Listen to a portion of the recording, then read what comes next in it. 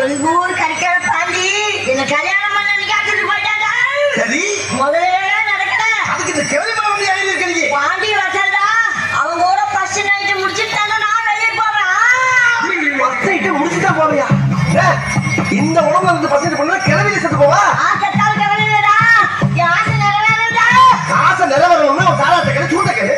அத விட்டு first night ஏற்பாடு பண்ணனும்னா இதெல்லாம் நான் செத்து முடிக்க. சொன்னது செய்யற இத.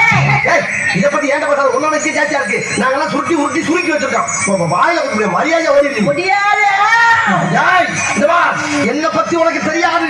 நான் ரொம்ப பயங்கரமானவன். கொல்லிமலை பேயி, மோகினி பிசாசு, ரத்த கேப்டேரியனா ரத்தம் கக்க ஓட வச்ச